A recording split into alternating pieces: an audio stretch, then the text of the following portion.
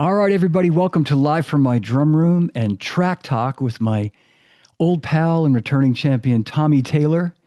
Tommy was my guest on episode 234 of Live from My Drum Room on June 7th of this year, where we discussed his iconic drumming with Christopher Cross and his debut record, which earned 5 Grammy Awards, as well as his long association with guitar legend Eric Johnson, earning him another Grammy. And if you haven't seen that episode, please check it out. It's great. And I'll make sure the link is in the show notes for this. But today we'll be talking about Tommy's solo record, Across the Stars, which after listening to it, I felt we needed to do a separate Track Talk episode to give this record the attention and exposure it so rightly deserves. It's so great and it continues to grow on me with every listen. It's available on Tommy's website, tommytaylor.com, or wherever you get your music. And again, I'll put the links in the show notes. So come along for the ride, ride like the wind, that is, and see what I did there. And it's a pleasure to welcome back the great Tommy Taylor to Track Talk. Hey, Tommy, welcome. Hey, great to see you, John. How you doing, man? I'm doing great, man. It's great to see you too. Thank you for being here today. Um, Absolutely. yeah, man, I'm glad we're back.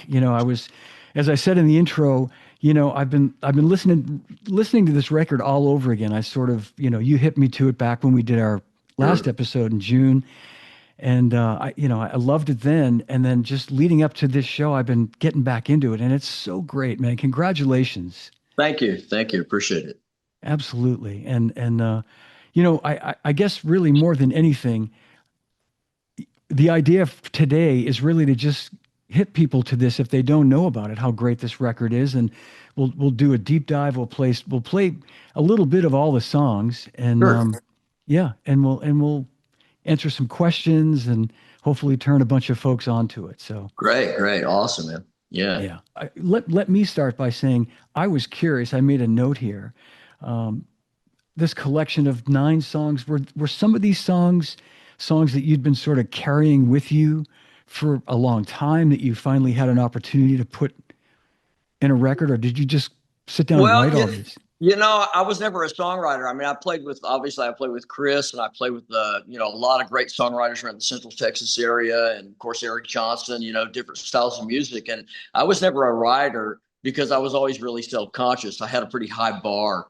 And, I got in a group back in the early 2000s with Mark Andes, bassist from Firefall and Heart and Spirit Jojo Gunn, and David Lee Holt, the original guitarist for the Mavericks, and also played with Storyville. And my friend Lance Keltner, we decided to kind of do we were all kind of between groups, and we thought we'd put this group together. But the premise was everybody was going to sing and write, except they were all songwriters and I wasn't. And I was really self-conscious about that. And, all those guys were writers. And I just said, why don't you guys write some songs and I'll sing? Because I've always been a vocalist. And Lance just wouldn't have any part of it. He just said, no, you're going to write songs. And I was like, man, that's just more, I don't want to deal with that. And I had tried to write songs and I felt like lyrically I was just miserable and I had really high aspirations, as far as being able to compete with people that I played with.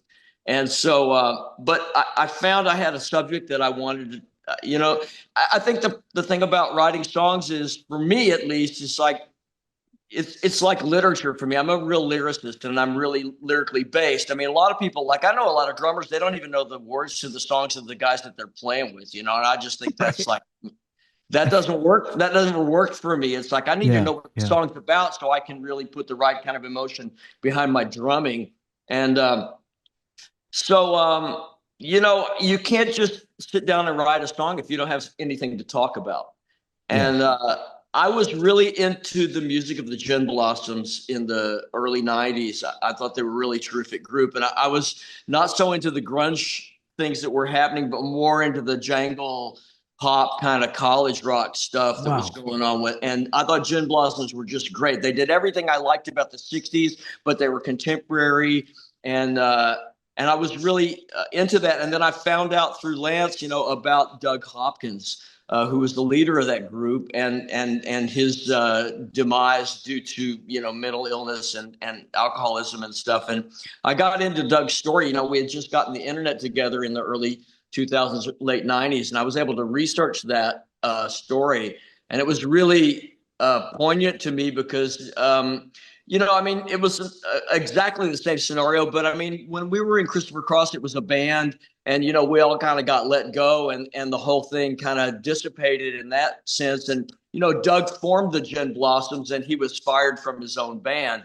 And I mean, his other issues led to his demise. But I was reading things that Yeah. Doug had said when he got fired that were the same words that I said when I got fired from Christopher Cross, and so I really empathized with Doug, and so I sat down to kind of write a song about that, and I Is that got most of it done, fall of and 93?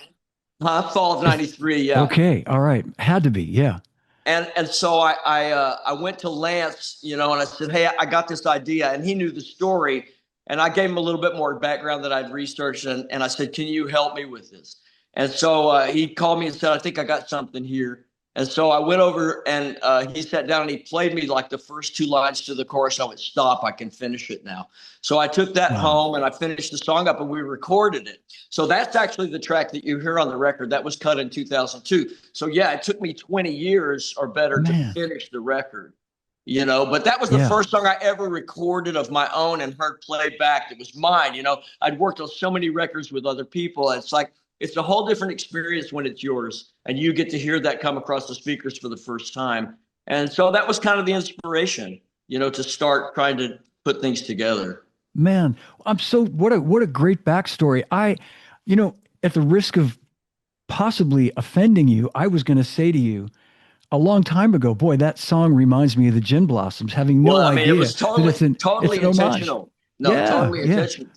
Wow. That's Doug's story. I mean, the side title, in parentheses, the parenthetic title is Ballad of Doug Hopkins. It's a story about his life and his demise and stuff, and how the record business is, pretty callous to individuals. In general, it's like they think of you more of as a commodity than a human being, and and you lose people. And the consequences are we don't have that great talent amongst us anymore. And, the record companies move on to, and it's not just that, I mean, but that's part of it. It's like, well, there's another one down the street. We'll get them and they'll make records and we'll see how they fare, and it's hard because, on the artist side, we're human beings and we're trying to relate to life and do our thing. And it's like, we're not just for sale, No, absolutely. What a great backstory. And I got to be very friendly with Philip Rhodes, who was the original drummer. You must put me in touch with Philip. I'll put you in touch with him.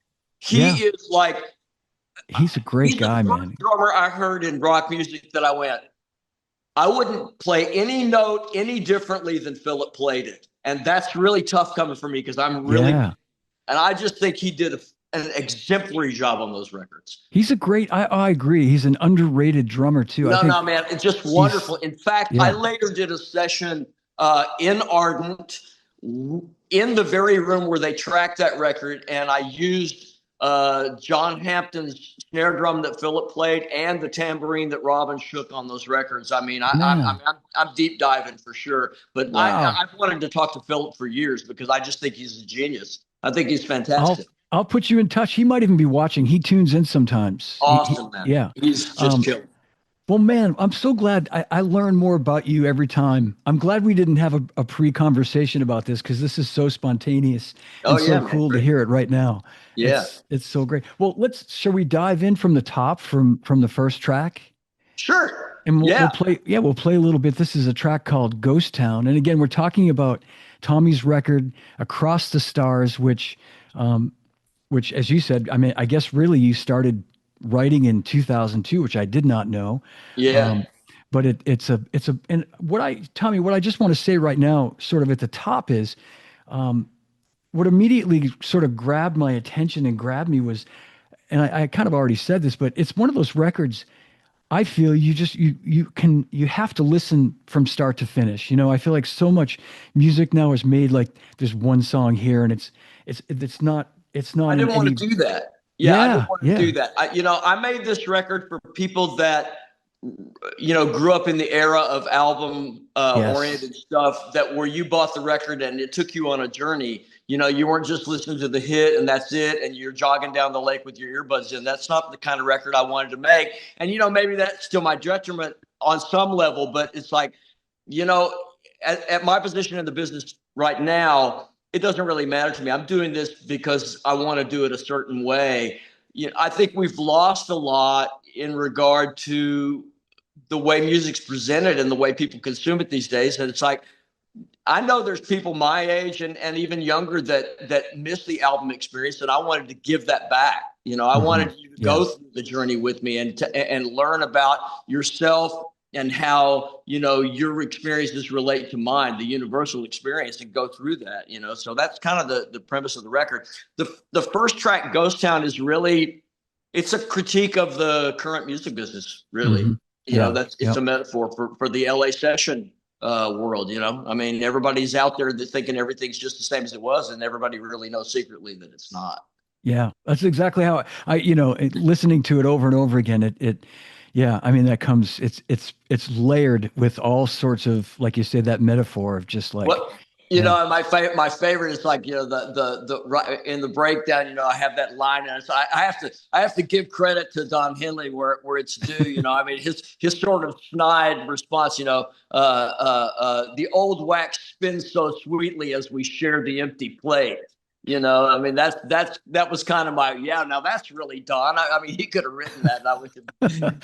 No, I mean, there's some deep, yeah. I mean, there's some really deep lyrics. And let me ask, on guitar on that song, is that you playing guitar? I'm just trying to see. You You gave know, me some notes on this. Well, the way I track these things, because I don't have the budget or the capability to have all the people I want to use, fly in and do pre-production like we would do an album in the old days. I basically had to go in with a click track, which is still not my favorite thing to do, and lay down an acoustic guitar track and a lead vocal. Then I had to add drums and then get a bassist to come in. Either Roscoe Beck played bass on that, and just to Roscoe's credit, the tracks that he played on, which is the majority of them, it's a bass guitar masterclass. If any bass players out there, you want to Yeah. listen to how to formulate parts to songs. I mean, he made me really, really come across fantastically because that's the kind of guy. And that's why I wanted him. So actually the guitars on that are a guy in a session great in Nashville named Tom Hemby. His daughter's Natalie Hemby. She's one of the most premier country songwriters of the day. But Tommy he was Chet Atkins' guitar player. Okay. I Yeah. mean, He's so beautiful, man.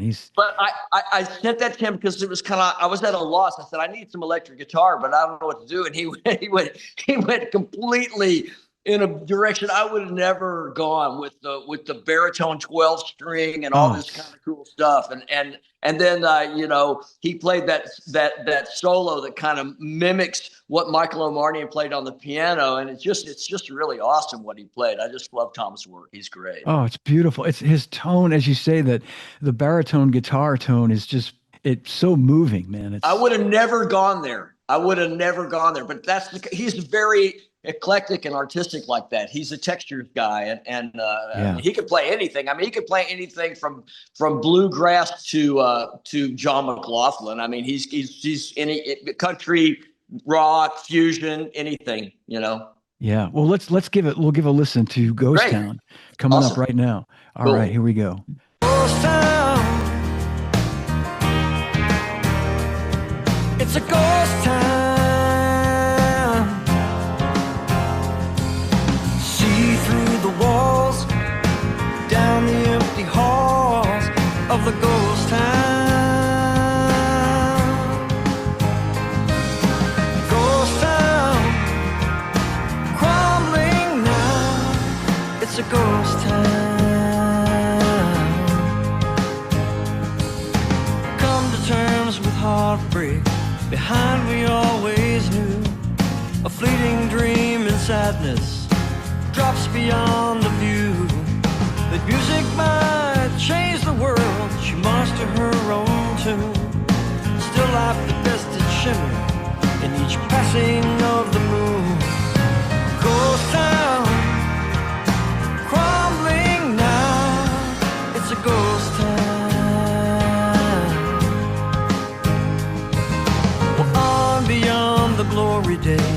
once good soldiers linger in disarray and dismay, still coax a trigger finger.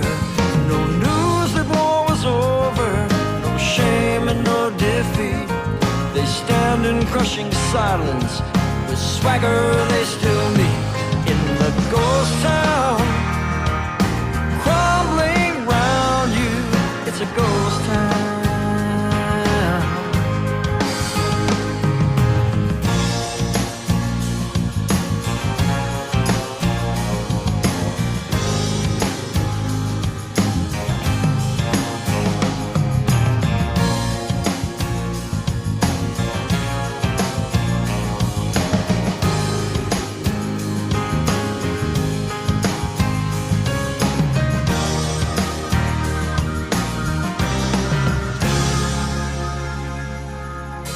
History gives the reasons, all up for debate. You raise your voice in protest as young fish take the bait. Well, Icarus reigned the flying, the wax that sealed his fate. The old wax spins so sweetly as we share the empty plate. In the ghost town, yeah, yeah, it's a ghost town.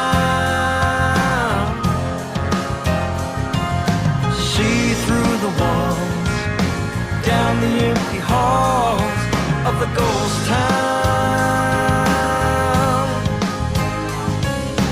Ghost town, crumbling now.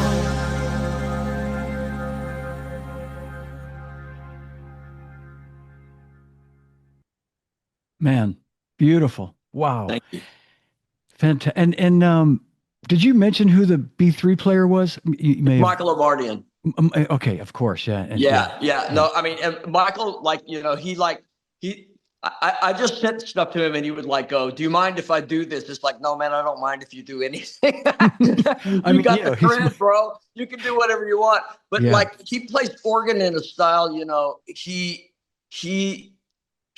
not like you know, one of these like Reese Winans or Red Young kind of B3 players. He's got more of like of an Al Cooper sensitivity in what he does. Yep. And I like that a little bit more in more pop music kind of sounding stuff. I love Reese and Red, and I would use them, you know, in other contexts, but Michael just has a special thing on the organ that I really love, you know. Oh, it's beautiful. You know, and Doug McKenzie, not the one from Canada, said this is my favorite track in the album. It has a Bruce Hornsby vibe. I totally hear that. Yeah, but you know, you know, and again, I never want to say this in a way that implies that I think it's a copy or anything, but you know, listening to it reminded me of like a Springsteen sort of sound as well, like the. You know, it's interesting. My co-producer Mark Hallman, you know, I mean, he said in an interview that they were talking about this record and stuff, and he said, you know, he basically alluded to the fact that I've taken all these classic artists and kind of like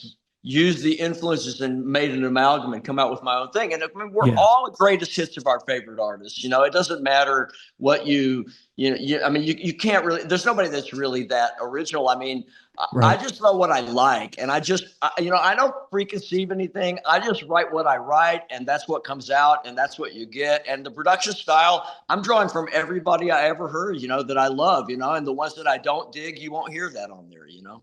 Yeah, right on. And I want to just tell everybody watching at home and listening, that's probably going to be the only track I play the entire track of, because what I don't want to have happen is you listen to this record by going onto YouTube and watching this show. I want you to buy this record, and so does Tommy.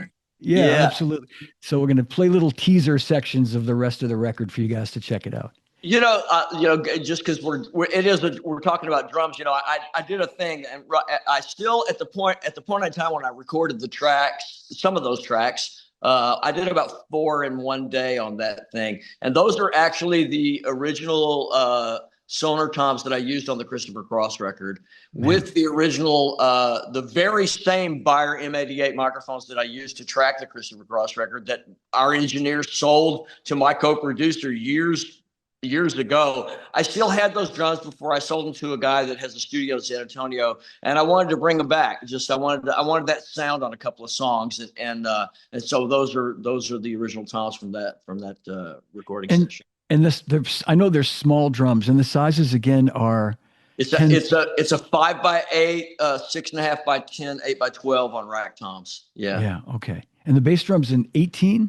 Well, actually, that's not on that one. I'm using a 20, and a it's 20. the teardrop rosewood. So the earlier drums actually is what Yeah, I was yeah. using for the main kit. But yeah, I just the hardware all works. So I just set those 3 rack toms up and Yeah. mic'd them from the bottom like I had done before. Those drums love to be recorded. It's obvious. I mean, they sound so good. It's So, an so interesting good. sound, I mean, it's like I mean, I've gone away from it, but I still like it. I like to revisit it, at times it works, especially like on Cold Catch. It's like for that Tom intro, which is, it's another homage. I kind of lifted that idea. It just worked, that little drum intro. It actually was kind of lifted from an old Christopher Cross demo that I didn't play on by one of the previous drummers, Jim Newhouse, and he had used concert toms back in the early '70s. I mean, mid '70s to do that too. So. Yeah. Well, we'll go to the next track, which is Cloquet. Yeah. And anything, shall we play a little bit and we can talk about it, or do you want to set it up in any way? Well, this song, this is one of those things. Just like I had managed to garner Michael Omartian's interest, in the record at that point, and I would wait, because he's busy, and I would just send him things, and then all of a sudden I would get this like, folder full of files of things, and so I would I would just send them to Mark and have Mark overlay whatever Michael sent over what I had sent him, so I could have an idea of what it was going to sound like. And I couldn't even believe, I mean, because the piano part is pretty ridiculous. Yeah, yeah. I sent a pretty simplistic, guitar, bass, and drum track to him, and he, with his amazing production sensibilities and ears and piano prowess, he came with that part. And then after the fact, I had about 3 songs, and I said, Michael, you've set yourself up, because there's a gap here, and the only thing that really fills that gap is a Michael Omartian string arrangement, and I'm kind of baiting him a little bit, but by the same token, I'm right. I'm a producer, and I kind of hear it. He says, "Oh, you want strings on these?" I went, "Well, yeah, that'd be great." He says, "Yeah, okay, I'll do that, man. Just give me a few weeks, I'll put some on there." And then he sent it back, and I'm like, I just turned into the Moody Blues. I mean, it's just amazing, I mean, Michael took me places where I never dreamed I'd be able to go, really honestly. So Yeah, yeah. Man, what a great friend to have, to collaborate with. Yeah, I just wish we'd started, 20 years ago. It would have been really great, And I wanted to ask you at the top, Tommy, sonically, I mean, the sound, I mean, and you might have told me this last time, but did you have a hand in engineering this, or did you have a? I didn't. Most of the engineering was done by Mark. I mean, the keyboards and stuff were done by Dustin Richardson, and also Terry Christian. Okay. It was Michael's engineers in Nashville. But Mark Hallman and Andre Moran at Congress House in Austin did most of the engineering on it. Yeah. Yeah. Wow. Really great. I mean, great sounds, drums, everything. We started, I've used several people because, I have to be able to sneak in where I can to get things done. A lot of times, a lot of these tracks, like I said, started out like Cloquet, for example. I went to my friend Bradley Kopp, who has a studio. He's a great guitarist and great producer, engineer himself. And I was going to have him. I wasn't a guitarist. I'd written these things, but I didn't even own an acoustic guitar at the time. And I wanted to just get the songs down in a form that I had a record of writing them. Mm-hmm. I cut that song. I began Cloquet in like 2003, maybe. And I went to Bradley and I said, okay, here's the song. And I was going to have him play the acoustic guitar because he's a great guitar player. And he said, no, you play the guitar. I went, no, man, don't make me play. So I'm a drummer, I don't really know it. And so he's really responsible for me becoming an acoustic guitar player because he wouldn't record the guitar for me. So we sat down and I cut the acoustic track and cut the vocal. And so he engineered the early basics for most of these songs. I would do an acoustic guitar track, like I said, and a vocal track, and Brad would do those. And then I would take them to Mark at the Congress House and we'd, elaborate on that. Wow, man. It's amazing. I mean, you sure as heck sound like an acoustic guitar player to me. So, well, thanks. I'm better now. I can actually go in and do things pretty well now. I'm a little more confident. I'm playing live tomorrow. So I've had to learn. Right. Had to really kind of up my ante a little bit. All right, we're gonna play a little bit of Cloquet, second track. Here it comes. Awesome.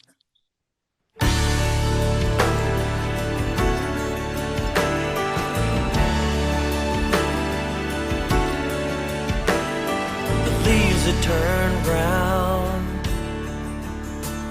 snow on the ground,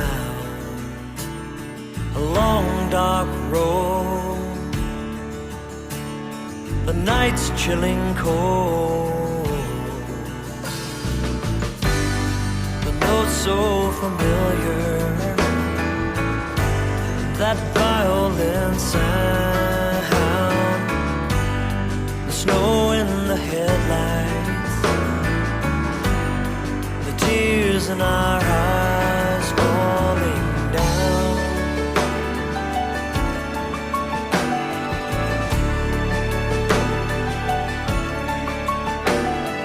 What is this dream? How real must it seem? The roles they will change, yet faces remain the same. You try to take shelter in discoveries you found, but what's left of the memory, it just lets you down, down, down.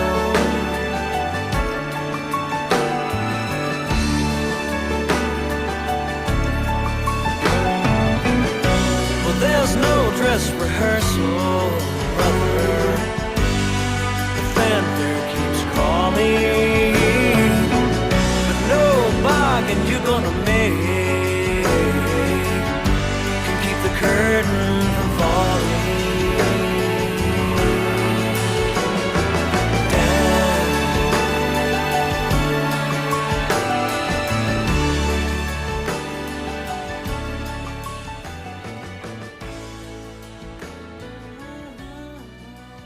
Man, it's hard to find a spot, where we where we can fade it. But if that's not going to make you buy the record, I don't know what is. Because I just couldn't. When Michael sent that back, I was like, well, I mean, every time he would send me anything back, I was pretty much on the floor in fetal position. But it's pretty amazing. I'm just some of the things on that too. Roscoe's bass part. It just leaves me speechless. I mean, it was funny because I said, hey, I think I hear fretless on this. He went, yeah, okay. Because I mean, fretless comes into favor and then goes out of favor. And, it wasn't anything he was terribly into at the point. So, but he agreed to it. He said, yeah, man, that works really, really good. He said, yeah, I'll put it back in the closet for about 10 more years now, But it's pretty cool, It's your feel too. It's got a beautiful, waltzy, moody, groovy feel. Well, that I mean, credit where credit's due. I mean, that is a feel that I love so much because it's actually completely and totally taken. It's a Simon Kirke thing that he does in some of the early Free songs, like "Soon I Will Be Gone," and it's just a thing that he's always done. It's an interesting sticking where he's actually doing the he's playing the hi-hat with his right hand, but he's coming off of it for the gata on the snare. You know, it's like a half march, half straight ahead waltz thing. And I mean, I saw a video of him doing it. It was like, oh man, that's the coolest thing in the world. I've used it on lots of people's records. You know? Simon's just my hero. I mean, he's the only drummer ever made me cry, and I can't say enough about his playing. He's just wonderful. Oh man, that's great. Simon's one of those. I don't, you know, I mean, you know, we've had you know, sort of tag team conversations through other people and stuff, and you know, Simon is just, you know, he's one of those amazing drummers. You know, it's really hard to be original in the music business, and I mean, you know, the Bad Company stuff is way more straight ahead. If you go back and listen to the Free records, you know, I mean, especially Free at Last, you know, I mean, it's like, he threw away all the rules. I mean, he doesn't have any rules. He's like, and you can't peg an influence. I mean, it's like most people, you go, yeah, well, he's kind of doing some, you know, some Ginger Baker, some Mitch Mitchell, or some John Bonham or whatever. Not Simon Kirk. He's not. I mean, everybody plays a little Ringo, but I mean, come on, man, this he's making stuff up. He's playing it's completely original. He's not a chops monster. He's not like, you know, Vinnie Colaiuta or anything. But what he's doing, he's Van Gogh.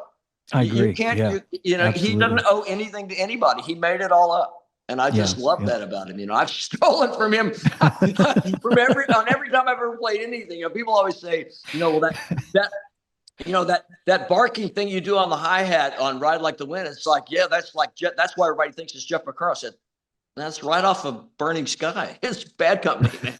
It's not Jeff, you know. Oh, that's great. That's great. Well, Cold Catch coming up, third track.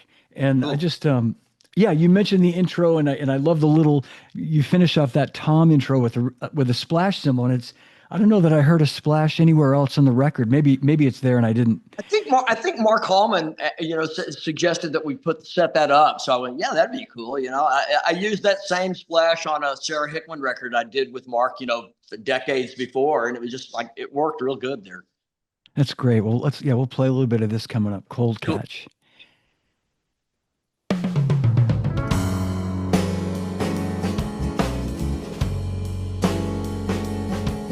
It's a cold catch, a real stretch to find your place in line. The cold truth, it's a toll booth and none. Outstretched hand all the time. Nothing's for free. You can't give away the dues you pay. Take it from me, it's just a cap and gown. They're gonna play it down. Hey, we'll see you around. Yeah, yeah, yeah,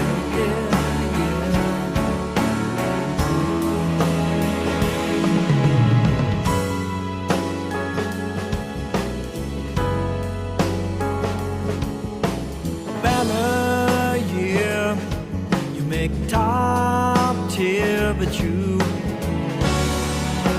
scrape to get by.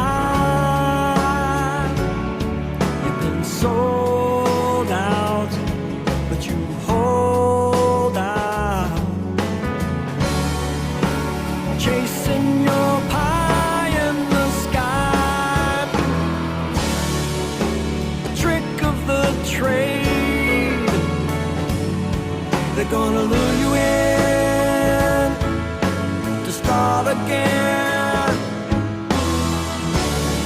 It's never made in the shade. It's just a battleground for the lost and found. Hey, we'll see you around. Yeah, yeah, yeah, Another really great feel, that slinky little lopey little groove, man. It's you just so beautiful. You know, it's funny because it's so you give me somebody else's song, go, hey, like, can you do a drum track on this? Like, yeah, okay, cool. So then it's like, okay, now make up drum parts for your own song. It's like, oh wow. I don't know if I'm going to be able to do that, but it's like, I mean, it makes sense. I mean, why would I want to get somebody else to play? I mean, that's kind of what I do. So, but I never knew what I was going to play on these until we just went in the studio, threw up the kit, and tried to do it. It's like that's just kind of what came out. I love the snare drum, especially on this track. Yeah, yeah. I think we could have done some augmentation of it, but it's like I used the Rosewood Sonar teardrop snare drum that I had acquired, the little 5x14, and it was a different sound than I usually go for. And I love the dryness of it. There was just something really magic about the way that drum sounded, just flat EQ, just the right as it went to quote tape. And so I told Mark, said, man, don't do anything to that. I just love the way that sounds. It's such a departure.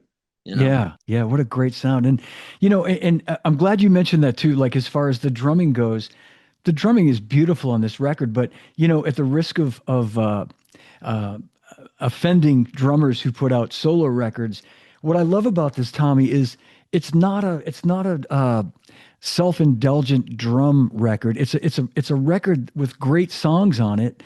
Well, thank you. Yeah. Yeah, with some great drumming in it, but it's not about. And you could certainly, I mean, you listen to what you play with Eric Johnson, and you could make a record with a lot of, Well, yeah, I could. That's just people. I think everybody. Because okay, I also sing. I was always kind of a rock singer.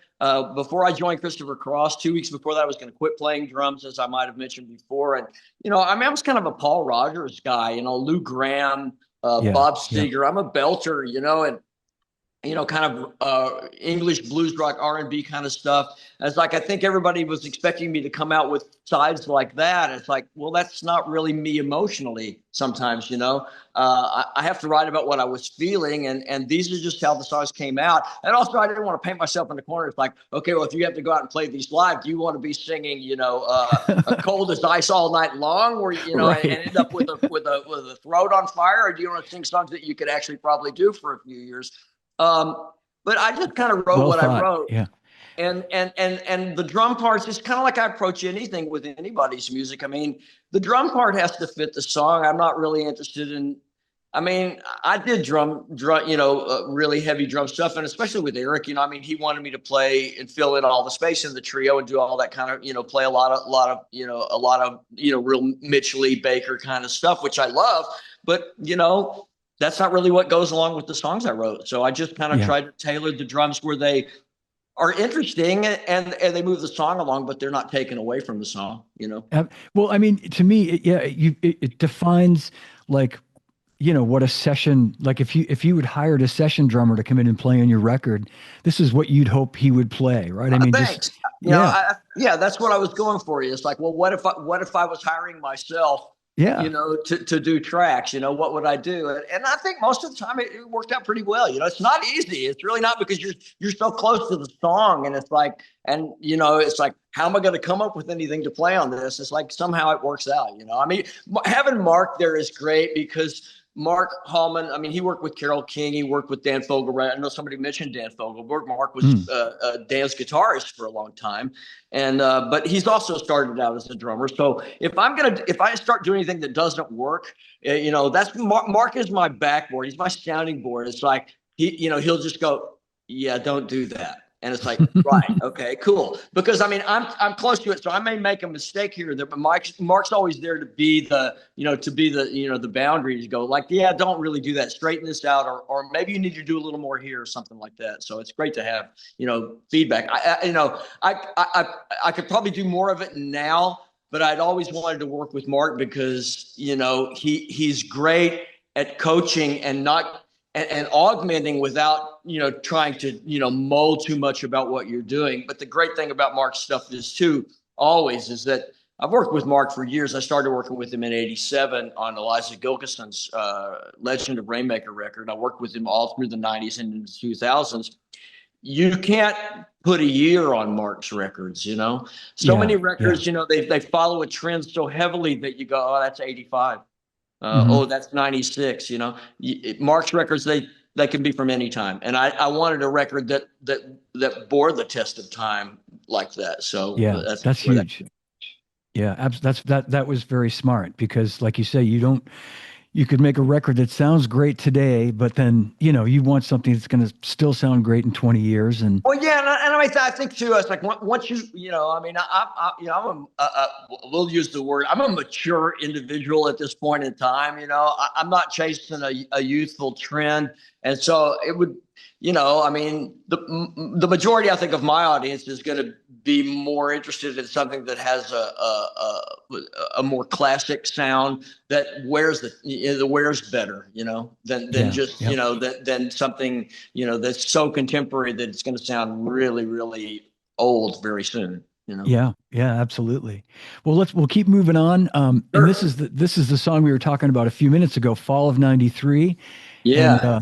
And yeah, so Tommy, man, you gave us a great setup for this, and my first listen to this months ago when I first heard it reminded me, and then again re-listening this last week or so, and I wanted to sort of find a way to broach that with you and go, but I didn't want to say, hey, that reminds me of the Gin Blossoms. But No, when you I said mean, it was totally intentional. And actually, on this one, we recorded this in Lance's warehouse, and Lance did all the engineering. Lance was trained by Andy Johns. So, I mean, this is a very simple miking setup. It's kind of the Andy deal. It's a snare kick and one mic in front of the kit and one overhead. Love it. Yeah. It's got a great kind of room sound. Yeah. And snare drum, I was going to ask you what the snare drum is. It's funny. I was just going to mention that the snare drum on this, and it's like, shoot me for selling it. It's actually was a 6.5 by 14 Fibes acrylic drum that I got from Tommy's era, and with the SFT strainer on it, and it's a killer drum for 2 and 4 rock and roll, man. You're gonna have a hard time beating that drum. It's not a very forgiving drum. You can't fudge on a Fibes with an SFT. You got to be able to play, and it'll pick up everything you don't do right. So it's not for the faint of heart, but I got used to it, and I really liked the drum.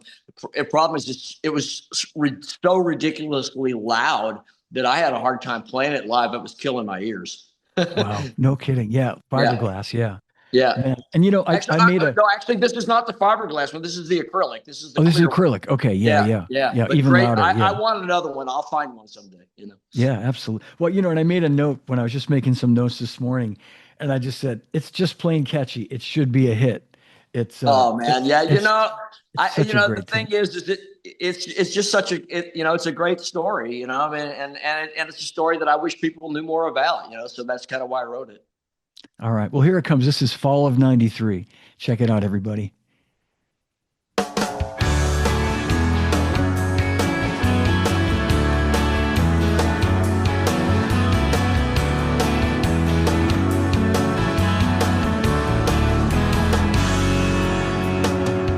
No one shares the blame when someone ends the game.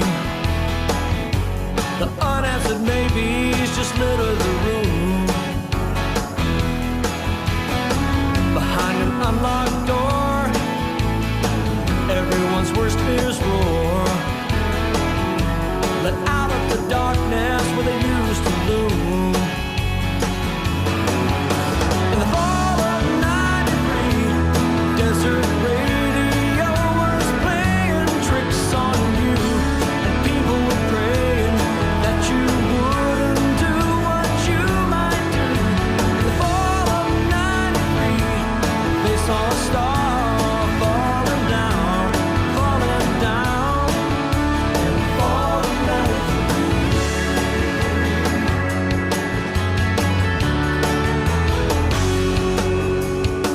all that summer long, radio played your song. As the pain grew deeper and the room was blue, soon thrust center stage, successes fueled the rage. As each stone cast fell to form the wall.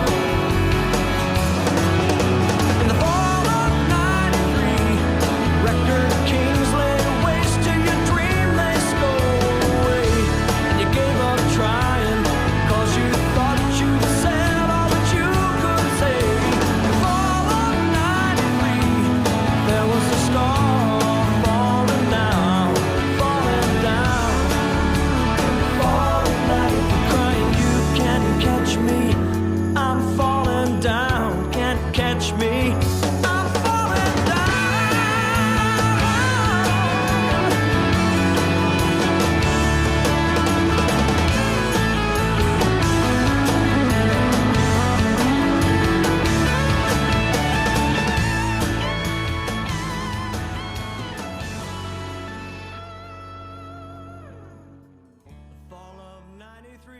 Again, so hard to fade these songs out, but we can't give this record away. So Yeah, oh, thanks, man. free. Yeah. And I did, if for everybody watching, you probably saw that I did put the link to buy the record right from Tommy's website in there. But again, it's available really everywhere. But I think, Tommy, I saw that you have signed CDs available also. That's as right. well. Yeah, I do still have some. Yeah. Oh, that's great. That's fantastic. Tommy, let me ask you a question. This is Sure. totally off the cuff. Do you have a way? I mean, you manage your website, so you can see who's buying these records if somebody Yeah. places an order. I can. Okay, then I'm going to say right now, for what it's worth, and this hopefully this won't hurt record sales. It'll help, but the next 10 people that buy one of your CDs, an actual physical CD, I will get your name and address from Tommy, and I will send you one of my T-shirts for free. Hey, So that's awesome, man. Thank yeah, you. man, my pleasure. I would love to do that, and you'll get an awesome CD and a pretty good T-shirt at no charge. Well, the CD is going to Cool. cost you $15, Wow. but the shirt will be free. Yeah, so You can't beat that. yeah, absolutely. So we'll coordinate with that, Tommy. You can let me know. Hopefully, we'll get Sure.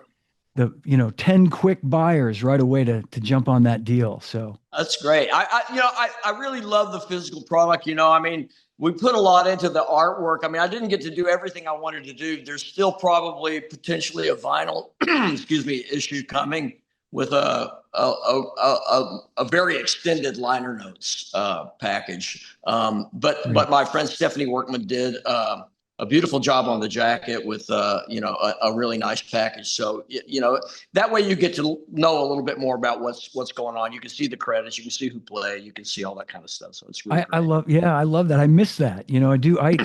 Yeah. I mean, I still buy CDs, but not like I used to. I admit I download stuff but I miss.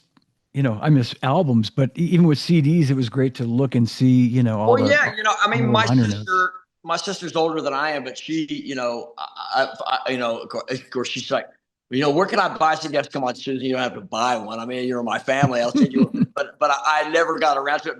So I finally just had my, my disbursements guy send her one. They live in the same town, and she's like, she had already downloaded it, and everything. She played it off of her phone, but she said, "Man, the physical copy just sounds so much better in my car." She's got an older Nissan Altima with a great sound system. And she said, "Just the CD just sounds so much better than the Bluetooth." So, Of course, yeah, and that's the other thing too. Very, very good point. That we've all sort of, I know I have conditioned my ears to sort of accept, a sort of streamed or MP3, sound. But there's a big difference in a well-recorded CD or vinyl record. Absolutely. Yeah, I think so for sure. And I was never down on CDs. I mean, I like them. I grew up with vinyl, and I know I mean, they're not convenient.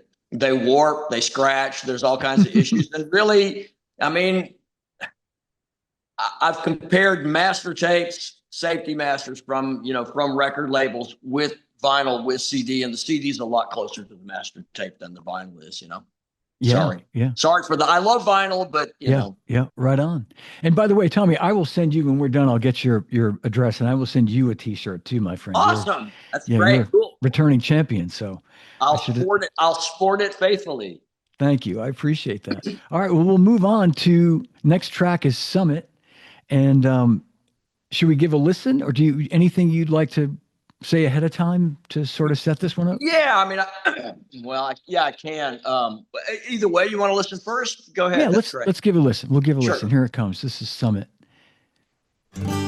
St. Paul skies, my heart always cries, no matter gray or blue. Oh, the stars at night, my spangled eyes so bright, take me back once more over a summit.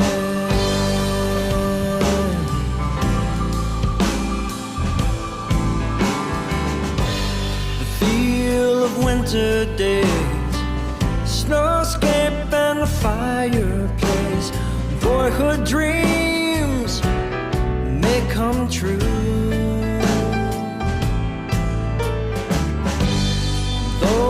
the color fades. Lifetimes just won't erase love so deep, so true.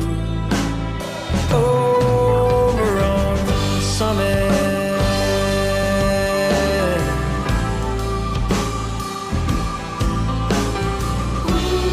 crossing Saudi Avenue. Hope to meet up with a friend or two over on Summit.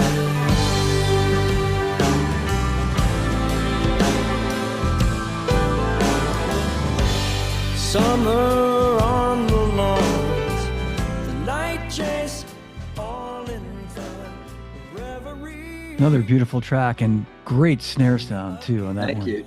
Yeah, I wonder which one that is. I think that's, oh, I know what that is. That's the original, that's the drum I call the Hitmaker that's signed by Hal Blaine. That's, my old 66 Ludwig, 66 Ludwig 402 that I used on the Christopher Cross record, Eric Johnson records. I've used it on pretty much everything. Yeah. Yeah. 6.5 by 14. Yeah. Supersonic. Yep. I was going to say, it's got that bigger bark than a regular 5 by 14. It's got that honk. That's the drum. That's the drum I paid $80 for. Yes, of course. Yeah. Nobody cared. They didn't like them. The drummer that I got it from said it was the worst snare drum he ever owned. So there you go.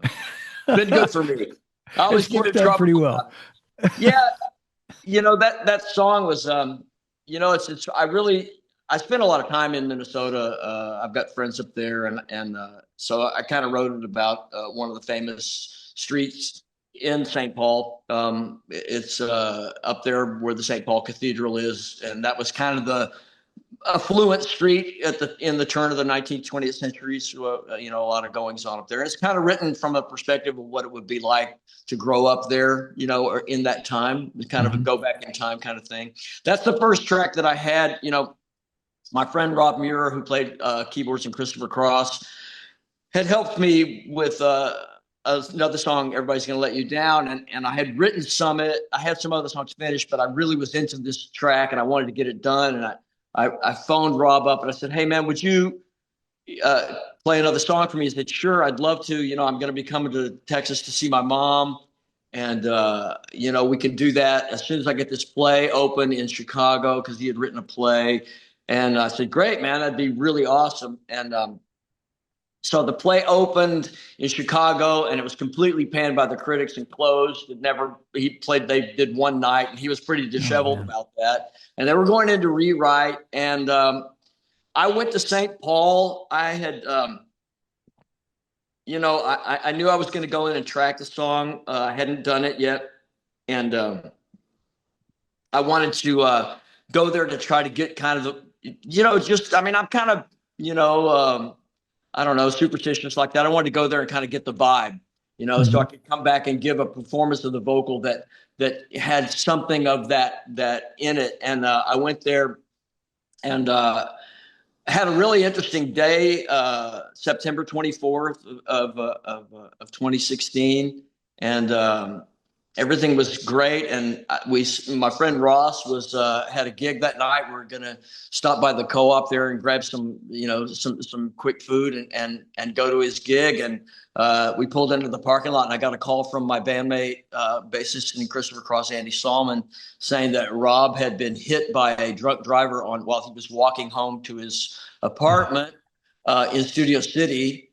And he was critical, and Andy was on a plane the next morning to go to California.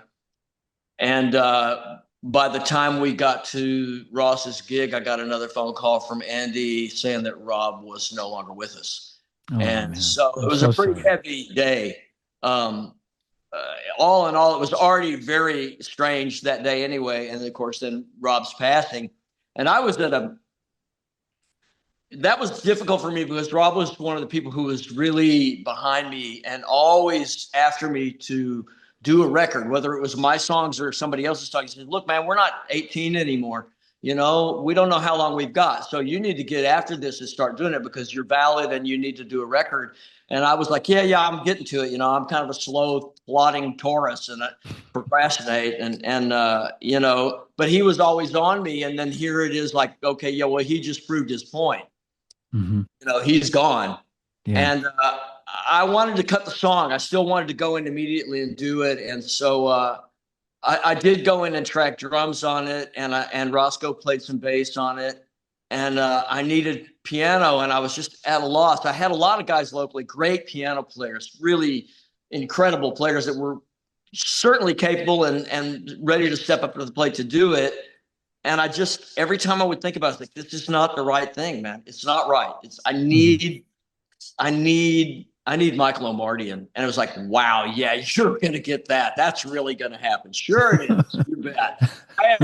I'd had a nice meeting with Michael back in the early 90s when he was in Austin, but I didn't have any way that I knew of to get in touch with him. And I reached out to our old engineer, Chet Himes. He didn't know how to reach him. And I had to sort of, you know, kind of tuck my tail between my legs and contact Christopher Cross, which is not something I really enjoy doing.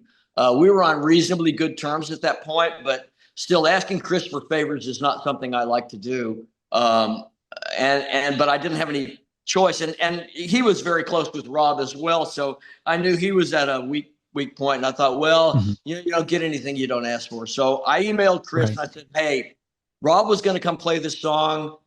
We've lost Rob. I need Michael O'Marty. Can you call Michael O'Marty and ask him to play on my record? Which is like, right, okay, well, let's go to lunch. That's never going to happen. And before Chris could even get back to me, I had an email from Michael saying, hey, I heard you had a song you wanted me to play on. Can I hear it? Let me hear it. And I was like, wow, that's amazing. So I sent it to him, and he said, call me. So I called him, and he said, so that's your song? I said, yeah. He said, man, it's really nice. He said, you playing drums? I said, yeah. He said, man, solid as ever. Sounds really, really great. You know, I said, wow. He said, yeah, I'd love to play on it, you know? And I'm like, wow, man. So, I never, I'm not going to push, you know? I mean, I've got my part and he says he's going to play. Whenever that happens, I'll wait, you know? And all of a sudden he sends me an email. He says, I've got this down. I'm slated to do it, but I can't play on your song right now because I got a splinter in my finger. I've been working on my train set. He's got a big model train layout. It's immense. It's like a whole room, you know, and he makes all of his own houses and buildings and landscapes and stuff. And he said, I can't play as hard on your song as I want to. Michael plays really hard. Like on the Christopher Cross record, there was an old Steinway in Studio E, and we had to tune it after about every fourth take because he played so hard, he'd just knock it out of tune. No kidding. And he said, I can't play as hard on your tune as I want to play. So I'm going to wait, but I haven't forgot about you. So he played on it, and out of the blue, like I said, I never know. He doesn't send me anything going on. I'm going to send you something. It just shows up in my inbox, and I didn't here comes the track, and I don't know where he's going to come in. I don't know anything about the arrangement at all. I'm just going, okay, what's he going to do? Where's he going to come in? And he comes in, and my knees buckled. I mean, I just couldn't even believe it because this is before he's played anything else. It's the first thing he's ever played for me. No orchestrations, nothing. I don't know anything. It's just it's new territory for me. And I mean, I got to be real honest with you. I cried for 12 hours. Man. It was so amazing what he played. And I mean, I would listen to it over and over again. I take it down to my car in the garage and play it. I would go back in the room where the stereo was and play it. And I mean, I could not believe that was me. The realization that I had written something and sung it and that he had brought it to a level I never dreamed in any shape or form that I would ever have anything that sounded like that. And so I, at the end, I wanted something in the outro, and I thought, I want chromatic harmonica. And I kind of ran that by Chris, and he was like, yeah, I think you should do lap steel or something. Lap steel? That doesn't work for me. I think it's chromatic harmonica is what I want, really. And nobody could really get their head around that. And Michael had somebody cut chromatic, and it's it wasn't really it. And I asked my friend Steve Barber, who orchestrated that song too as well, and I said, "Man, Steve, I want chromatic harmonica. Do you know anybody in New York that's like the guy, that's like the ace guy, you know?" And he said, "Yeah, I don't know. I have to think about it." He said, and then all of a sudden he just goes, "Gallison." I went, "Gallison." He said, "Gallison, you've got to get Gallison." I said, What is that? What is Gallison?" He said, here's this link." So he sends me to this link of this Yamaha harmonica demonstration of this guy, Will Gallison. And I'm like going, yeah, that's okay. I mean, I don't know. I'm not like, it's a demo, you know, it's a harmonica demo. And I see in the side, you know, on YouTube, you got the side panel, you know, down says Will Gallison with Sting, Fields of Gold, Beacon Theater, or some theater in New York. Oh, And I went, man. Yeah. I want to hear that, because I think that's like one of the greatest songs ever written. And I'm not like the biggest Sting fan, but that song, you won. I mean, you knocked it out of the park. Me too. And so yeah.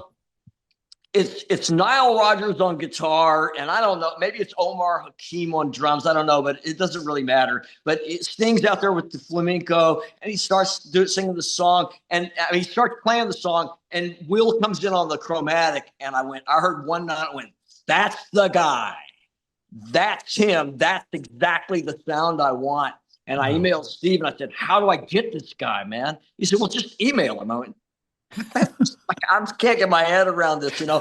I'm a little guy in Austin. I used to play with some people. I don't know, you know. I'm trying to do a homemade record here, and you're telling me to email this guy that just played with Sting and ask him to play on my record? Are you crazy?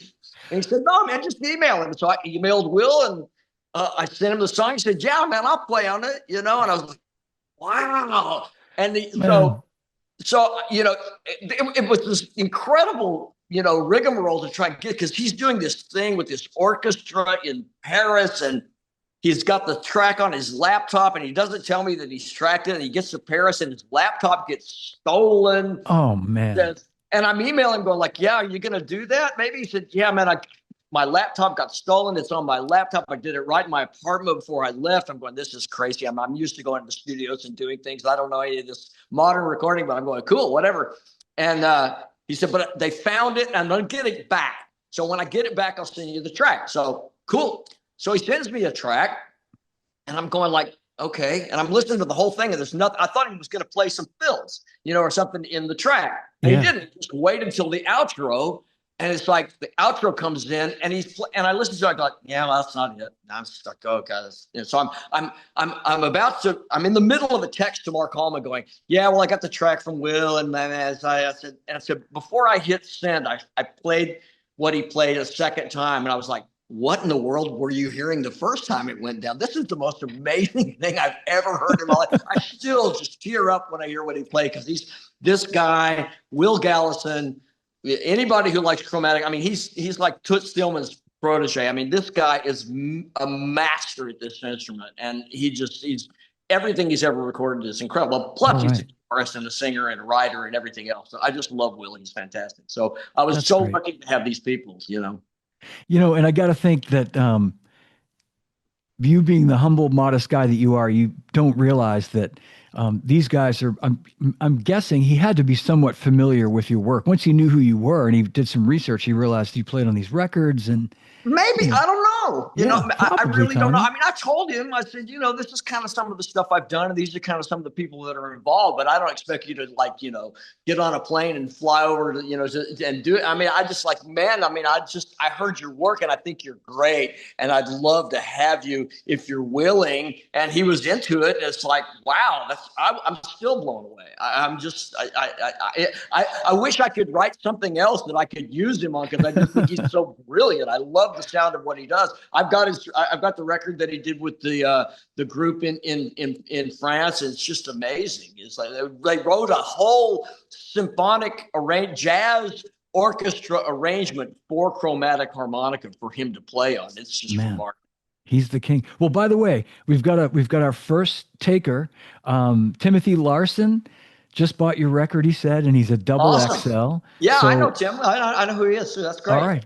Good. Cool. Okay. Well, when we're done, you can, whenever you get a chance, you can send me Tim's info, and Tim, I'll get that out. If not today, we're actually having a nor'easter here today, so I don't know that I'll be stepping outside today, Tim. I'll probably get it in the mail to you tomorrow. So, but thank you. Yeah, awesome. Yeah, And thanks. yeah, we're going to move on to the next track. And I want to say this next track, you mentioned it in passing earlier, Everybody's Going to Let You Down.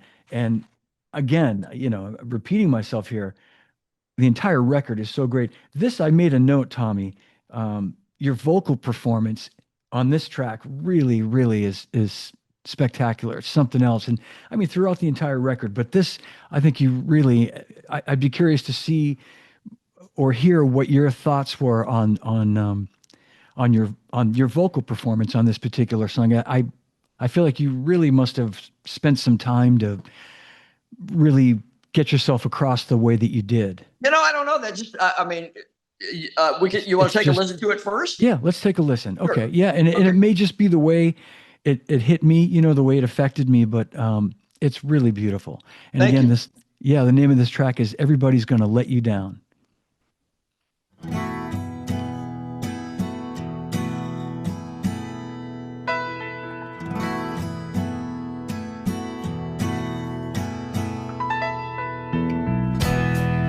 You're walking on a tightrope, baby. Don't trust the net below you, 'cause all of your good friends, baby, might have it in for you. I've got some news for you, darling, and I hate to break it to you. Sooner or later, everybody's gonna let you down. Everybody's gonna let you down. Everybody's gonna let you down. Everybody's gonna let you down. A recipe for sadness, baby. Ingredients are the gift of thee. They snuggle up real close, baby. Steal your joy and then they leave. I've been around, little darling. Don't let this smile fool you. 'Cause sooner or later, everybody's gonna let you down. Everybody's gonna let you down. Everybody's gonna let you down. Everybody's gonna let you down. Well, the blues man is calling, baby. He's whining like a whippoorwill. As the rain in your memories, darling, meet your chin on the windowsill. Yeah. Yeah, yeah, yeah.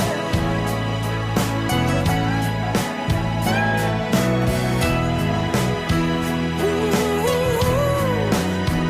yeah. I got to say, Tommy, I'm envious you can hit those notes the way you do. That's you got- Luckily, my voice has held up pretty good for my age, I think, absolutely, man, held up really well. You're going for it in that song. Yeah, it's funny that song evolved over time. I had that line laying around for years, and it's funny because the year that I actually, first came up with that, another band had a song with the same name, and I was like, I never knew about it because mine took so long to come out. But so it was in the infields up there, I guess. I wrote that song. I had the line around for a long time, and I thought, man, if I could write something with that, I'd have something. And I was sitting around an apartment one day, actually where my friend Ryan lives now. And, I was supposed to go do something with some friends and they kind of stood me up and it was raining and, it was just, the atmosphere was just perfect. And I was just thinking, I love that song, River by Joni Mitchell. I just think it's probably the saddest song ever written, or it's certainly one of, but I just always loved that. She plays Jingle Bells in a minor key. for the intro. And it's like, wow, I mean, that's about as depressing as you can get. And so I was kind of playing around with that idea, and that's where that riff at the beginning came from. And, I finished. I was really excited about it because I thought I'd stepped outside of my own box with this Mm-hmm. one. And I immediately called David Holtz and said, man, I think I've really got something here. And I sent him the lyrics. He said, yeah, it looks like it might be pretty good. So I had Rob Muir come in and he was in town. We were doing a Christopher Cross reunion gig at that point in time. I said, could you play piano for me? He said, yeah. So I had him show up. He hadn't heard the song. And he listened down to it once. And he said, he looked at me with that kind of like a, what are you talking about, Willis look? And he said, where'd you get those chords, man? I said, man, Rob, I don't even know what chords they are, man. I'm a drummer, man. That's just what came out on the guitar, And that was really Rob's way of saying that it was good. It was like he wasn't going to come right out and say that, but it's like he was impressed on a certain level with the way it was written. And honestly, he listened to it the one time down and he played that track. He never wrote it out. He never charted it. That's just what he played. He played straight through. That's the first pass. And that's sadly the only track I got him on, but I'm so glad that we did get that. And I had, like, I sent that track to Chris once it got out of a band situation that I was in. That's Mark Andes on the bass, by the way. We tracked that. And David Holt came in and did the background vocals. I had done the background vocals myself. And David said, yeah, I really, because we were doing a band thing with this at that point. And he said, I don't really know that I could cover those, let me just go in and sing something. And it's like, he sang those background parts. I'm going like, well, dude, man, that's stuff, man. I mean, that's like, because it's so J.D. Souther. He's got that J.D. Souther kind of thing going on with the backgrounds, the note choices and things that he picked. It's like, well, that's just to me, the background vocals make it. And but it was a long, evolved process. I finally, once I got it out, I had everything finished. And Robert always wanted to play organ on it, and I never got around to that. And so finally, I reluctantly sent it to Michael. Michael's a pretty upbeat guy, and I didn't really have that much interaction with him personally at that point to know. It's like, I don't want to bum him out because it's not the happiest tune in the world, and he wrote me back immediately. I think he texted me, said, dude, where have you been hiding this? Yeah. He said, man, I love this song, your voice, man, blah, blah, blah. He's so complimentary, and this guy look at his discography. He doesn't have to say anything nice to me. And he's just gushing on and on. And I said, well, man, that's awesome. I said, Rob always wanted to have organ on it. Do you think it needs organ? He said, yeah, organ, definitely, for sure. And so it was coming up near Christmas. And he said, man, I'm not going to have time to get to this. I'll do it after the first year. I said, great. That's cool. He said, all of a sudden he sends me a message. He says, hey, man, I got some time. I'm going to go in and track this, And I said, well, when are you going to do it? He said, Monday. I said, well, man, I'm not doing anything, man. Maybe I'll just drive over to Nashville and be there while you do it. He said, you would do that? I went, yeah, man, I'd love to see you, man. I'd like to be there while it goes down. So I drove over there and get to go to his studio and his house and everything. And it's just awesome. And he plays that organ, and I'm going, I'm losing my mind because he's turned it into like an Al Green sort of kind of vibe, with these cool parts. And he comes in, Michael's real. Man, he's such a genius, man. I mean, I can't gush enough about how just fantastic this guy is. He's listened back. He's kind of got his, hand on his chin on his hand. He's like, I don't like the organ, man. I went, what do you mean you don't like the organ? I said, it's fantastic. He said, yeah, well, some of it is, man, but I'm stepping all over your vocal, man. I don't want to do that. It's like, man, you're hearing things I'm not hearing. He says, you know what this really needs? I went, no, but I'm all ears. I mean, I got no. Compared to you, I got nothing here. He says, "This really needs strings." I went like, "Well, of course it does. That's what I wanted originally." I almost got thrown out. I mean, I literally did get kind of tossed out, and this whole band thing blew up because I wanted more production on the song than the band really wanted.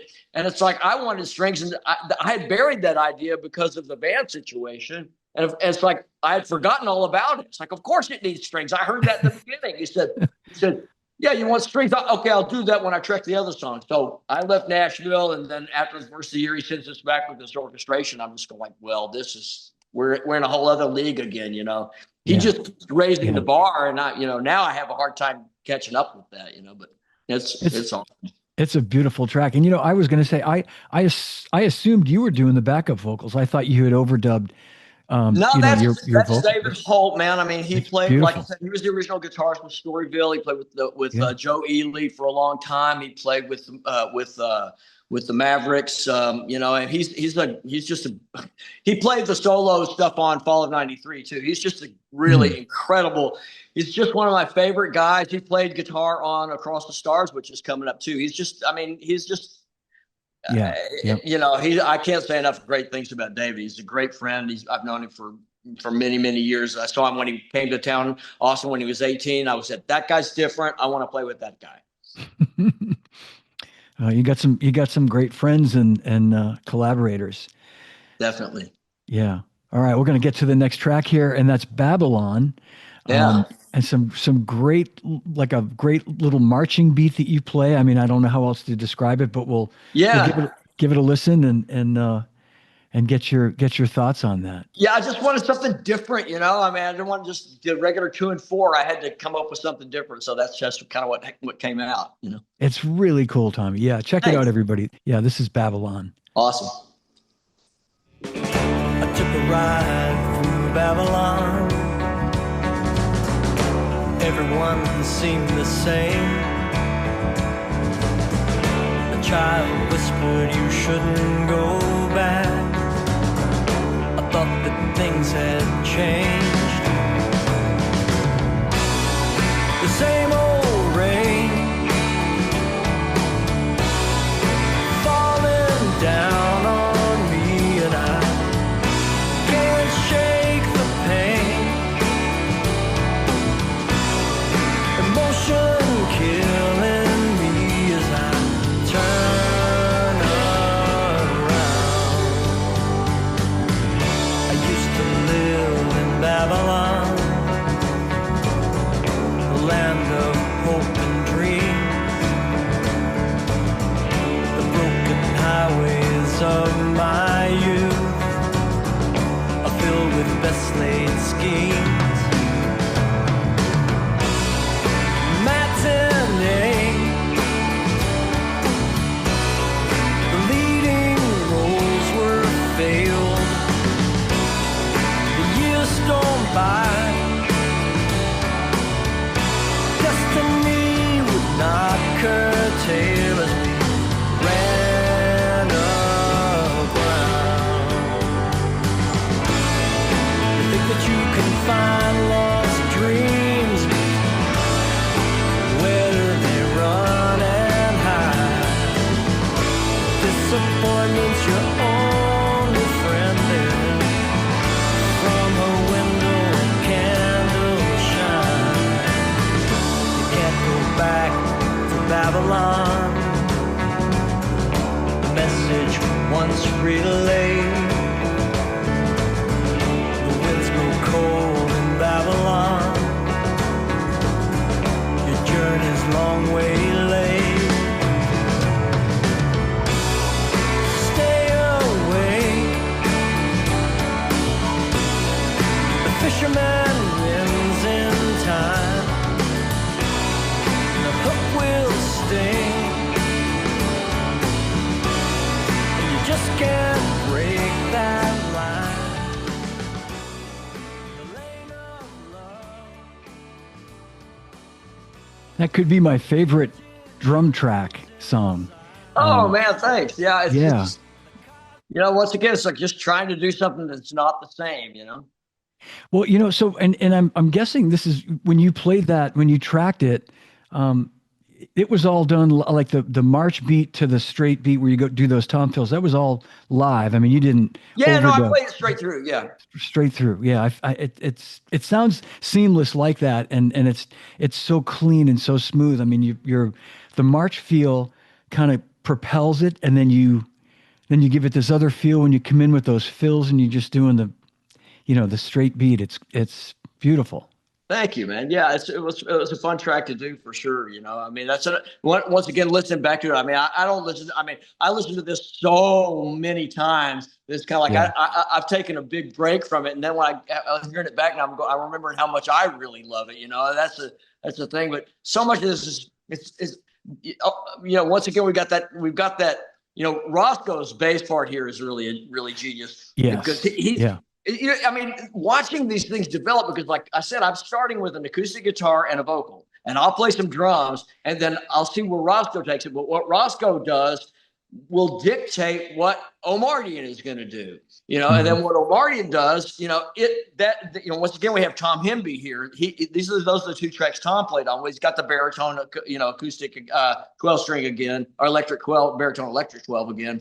And all that 12 string stuff, I mean, once again, I would have never gone there, but it's just so great. And Omarty is doing these kind of like real, like 60s Ferrantian Teicher piano parts and stuff. And it's just like, I'm just going, God, this is so deluxe. And it's like, kind of like the 60s again, And so I was just, I loved it. I'm freaking out the whole time.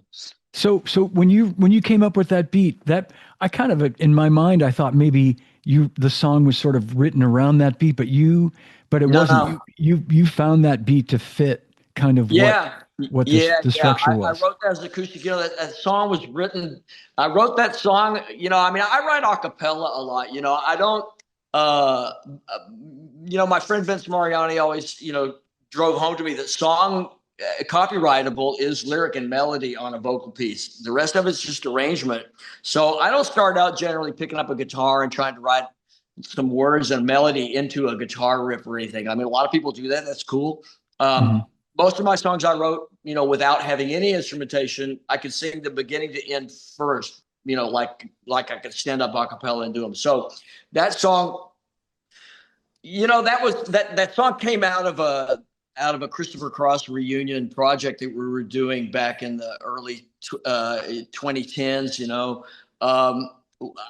We, and for whatever reason, got back together to record a track, and Eric Johnson was going to be on it, and Rob was contributing the lyrics, and Andy and I were playing the rhythm sections and whatnot. And it was interesting because we hadn't really worked together since the early '80s, and I was actually in Nashville. I'd gone out to look at a car, and the car deal fell through. So I was in the airport flying back to Austin. I get a call from Chris, and he's like complaining about some logistics with the project. I'm just going, man, I would have thought that after all these years, this kind of stuff would not be an issue. And Yeah. Yeah. nothing has changed in 40 years. It's the same old crap. And it's like, while the premise of the song is like, you love to revisit the great aspects of the past, but anytime you do that, the bad's got to come along with the good, and nothing really ever changes. And that was really kind of taken from an idea from F. Scott Fitzgerald, which he had a short story called Babylon Revisited. So that's kind of where Hmm. the title came from. It's kind of Yeah. the idea. You know. Yeah. Well, beautiful track. Well Thank you. done. All right. Moving on to Across the Stars. This is the title track, obviously, and near the end of the record. And I'm just looking at my notes here. Well, I actually didn't make any notes on this one. I think Well, I'll just to preface this. This was the second song I ever wrote, and I wrote it. I started writing it during that time when I was playing with Lance and Mark and David. I was just sitting on a couch at Lance's studio, and he had a resonator guitar capoed at the fourth fret, and I just picked it up and kind of came up with that little intro riff. This is one time where it actually the song was born out of a guitar riff, and I looked at Lance and I said, "Hey, Lance, can I borrow this guitar?" He said, "I didn't even own an acoustic guitar at the time." He said, "Yeah, why?" I said, "I don't know. I think there's a song in it I need to get out." So I took it home and I got most of it together that day, and it took a few more months to get it together, but that's kind of where it came from. Yeah. all right. Great. Well, here it comes, Across the Stars.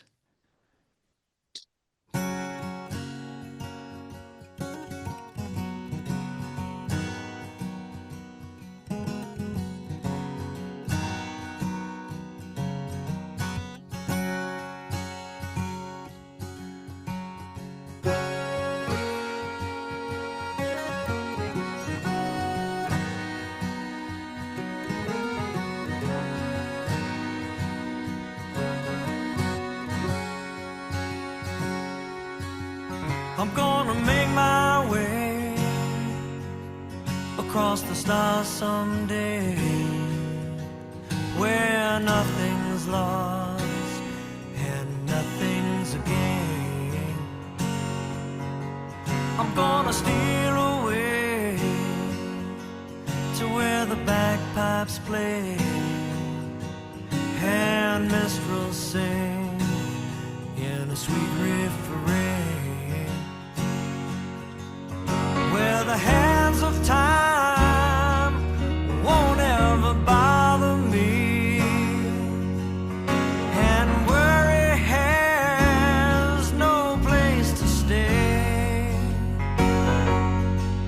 I'm gonna make that climb up to the timberline, oh, I'll steal away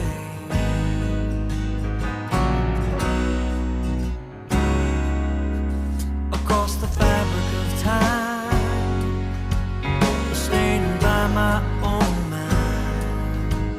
I've traveled long in deep regret for the things I've said and for those I've misled. Forgive me now is my sole request, and unbind the ties that now surround me, and help me to be on my way, and let the light of love shine down upon me, that I'll steal away.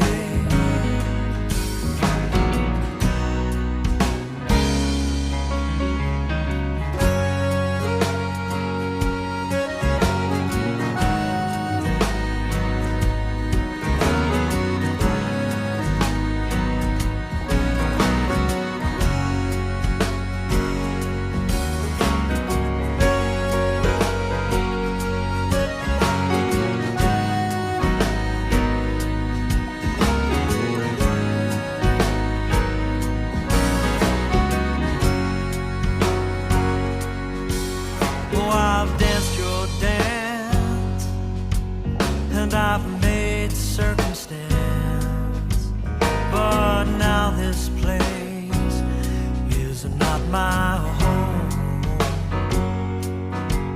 for I long to climb in love sublime, with higher hearts I long to roam, where only joy and love can ever find me, and everyone has a place to play, and in that light I find the song that's inside me, that I'll steal away.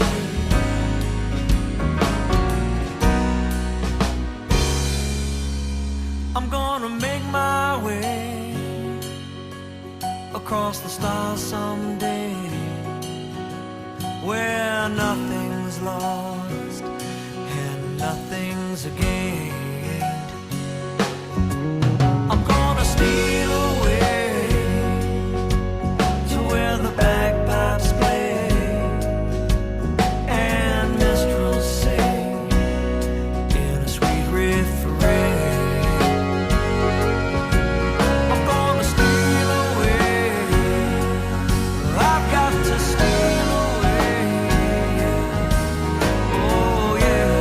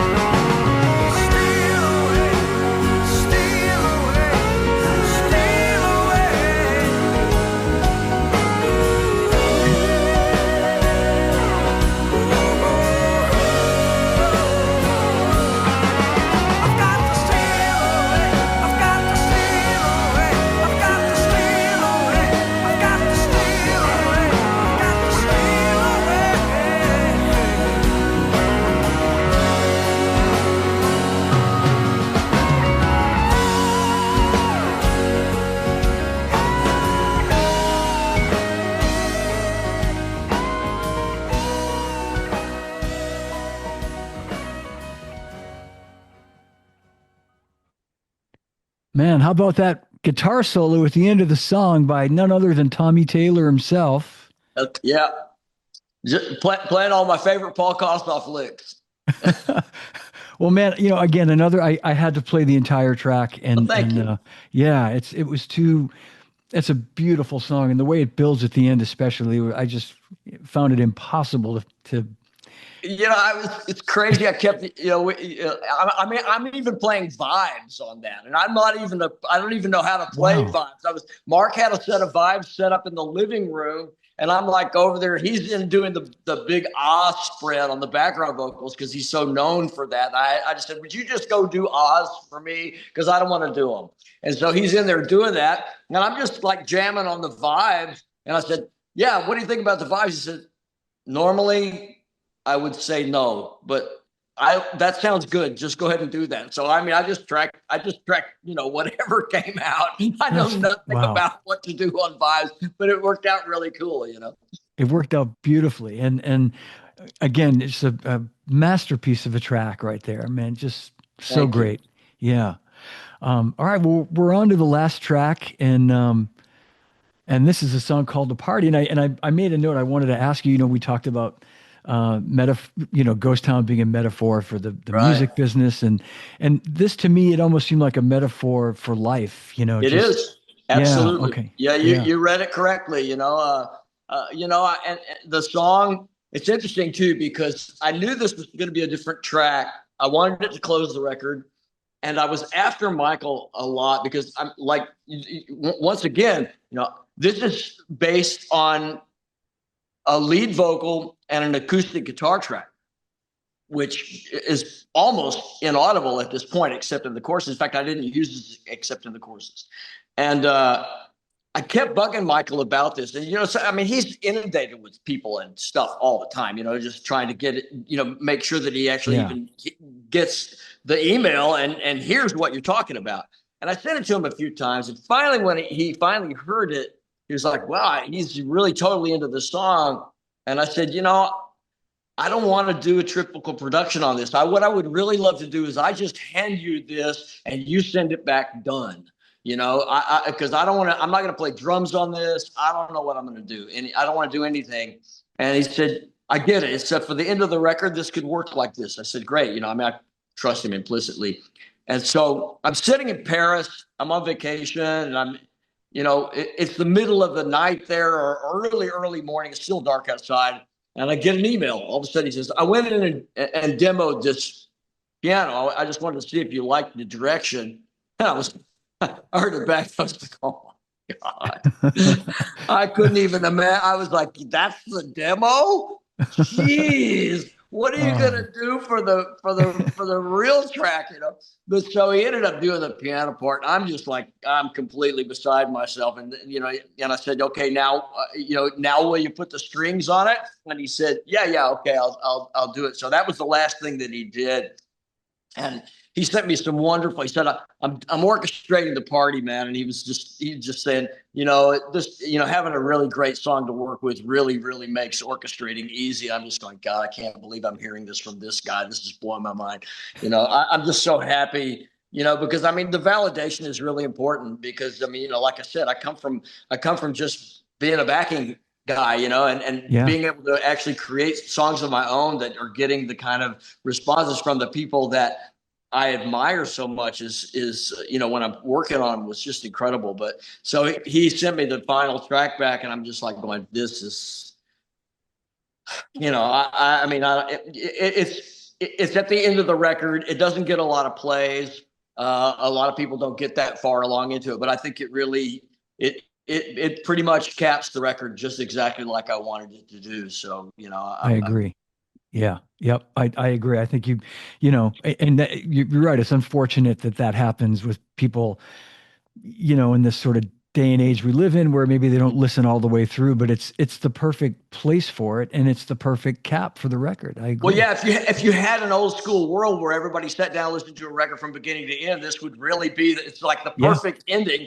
And I mean, I did a full length video, pro shot, black and white, staged. It's a pretty cool video. And I actually got, I did some promotion on it. I actually got quite a few views on it and everything. But I mean, once again, it's a song people can relate to if they're in that kind of mood. So you just kind of have to see if you get there or not. Yeah. Yep. All right, Awesome. we're going to play it right now. It's The Party. It's the final track from Across the Stars by Tommy Taylor. And we've sold another CD and another Awesome. free T-shirt, so that's great. And keep it going, everybody. I'm going to play this song. Here it comes.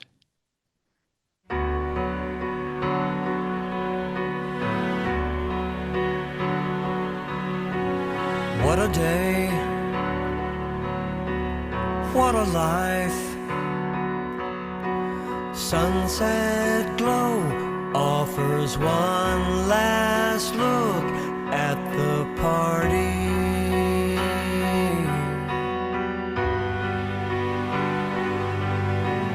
Once again,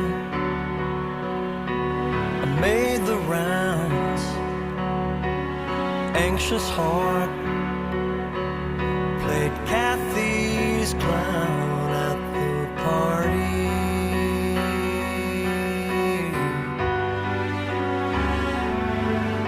Stay the course, no compromise.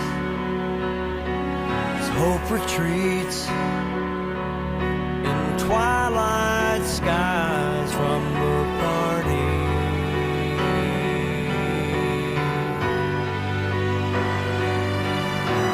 Why should I stay on when I wonder why I even came?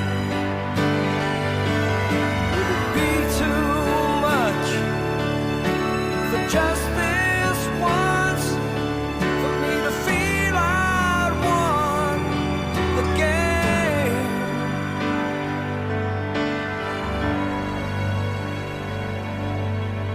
Darkness now, the embers fade. My place in queue was no parade at the party.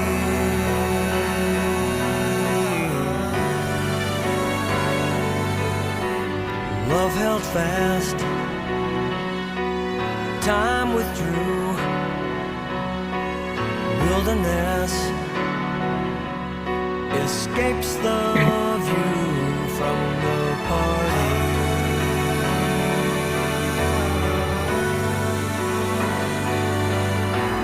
Why should I stay on when I wonder why I even came?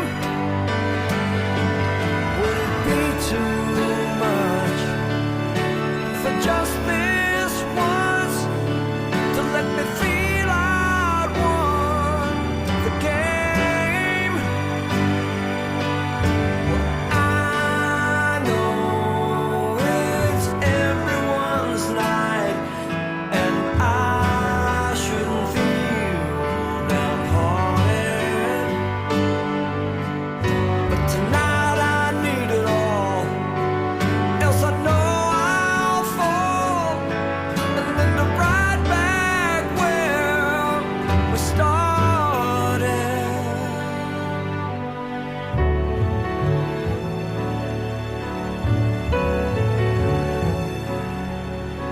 The salt of tears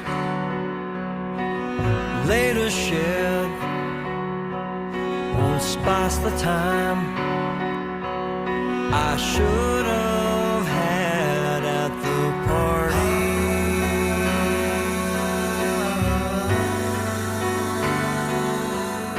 Silent cry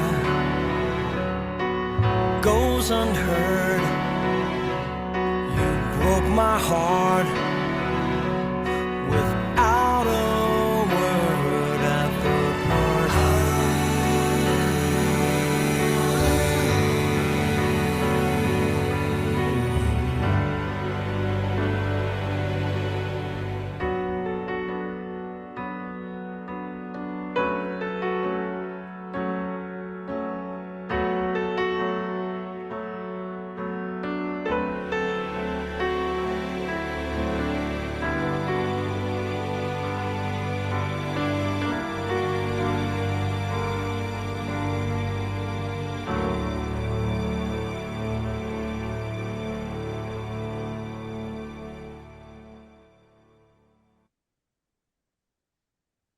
Wow, man. Yeah. Man, I listen to Michael. I can't even, I still don't even believe it. It It just freaks me out completely. just, yeah, his playing is just, yeah, it's incredible. Just, I think back to, I think back to the, the orchestration on Sailing and everything, and I just, it's like, that's just all come full circle. I mean, he's just such an incredible string arranger. It's like, there's just nobody to yeah, compare. yeah. I don't, again, I don't want to take anything away from what you did, but I'm agreeing with what you're saying in terms of his contribution is so monumental to this. But Tommy, you can't overlook the songs that you wrote, man. These are really great songs, Thank you.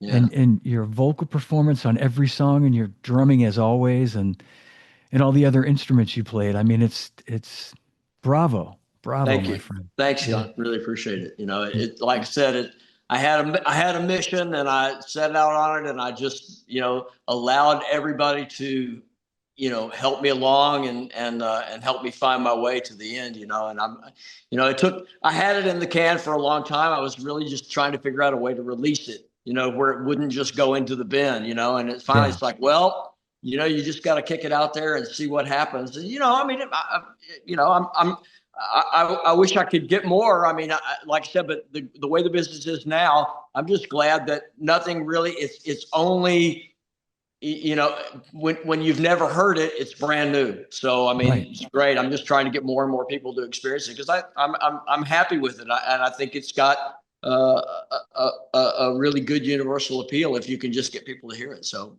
thank you for the opportunity to present it in this way. My Really, pleasure. Thank you for being here with me and absolutely. allowing me to do it. I'm so glad we did this today, and I want to remind everybody it's going to go up on YouTube and all the podcast platforms. Cool. And I'm still the offer stands for the next, I guess, 8 people that buy Tommy's CD. Give Tommy your size and address, and I will send you a T-shirt. Yeah, and I'll make sure to get that stuff to you as it comes in. It's great. Great, Tommy. Thank you. Awesome. Man, it's such a pleasure to have you here and to see you and to speak with you and Likewise, man. Absolutely. thank you for, I've told you this many times through the years, but your drumming is such an inspiration. All your work before your solo record, it's thank you. Awesome. Yeah, man. Thank you so much. Yeah, cool. All right. Hang with me for 1 second, Tommy. We'll You end the bet. stream. We'll say goodbye to everybody. Thanks for watching, everybody. Thanks, everybody. Yeah, for the great Tommy Taylor, buy his record. Get out there, buy it. Don't wait. And we'll see y'all real soon. Thanks for watching, everybody. All right, that's my show. If you enjoyed it, give it a like, leave me a comment, and please subscribe to my YouTube channel. You can also download the podcast on all podcast platforms. And I'm excited to tell you that Live from My Drum Room has been ranked #1 best drum podcast for the 2nd straight year. So thank you all for your support. I really appreciate it. And I want to invite you to check out livefrommydrumroom.com, my website, for upcoming shows and also for information on ordering Live from My Drum Room merchandise, t-shirts and hoodies. 100% of the proceeds go toward a scholarship I've created with the Percussive Arts Society. There's also information on ordering merchandise in the show notes. And you can email or text me at livefrommydrumroom@gmail.com. So remember, no drummers are harmed on any show. And drummers, when in doubt, leave it out. Thanks for watching. Thanks for listening. And I'll see you again real soon.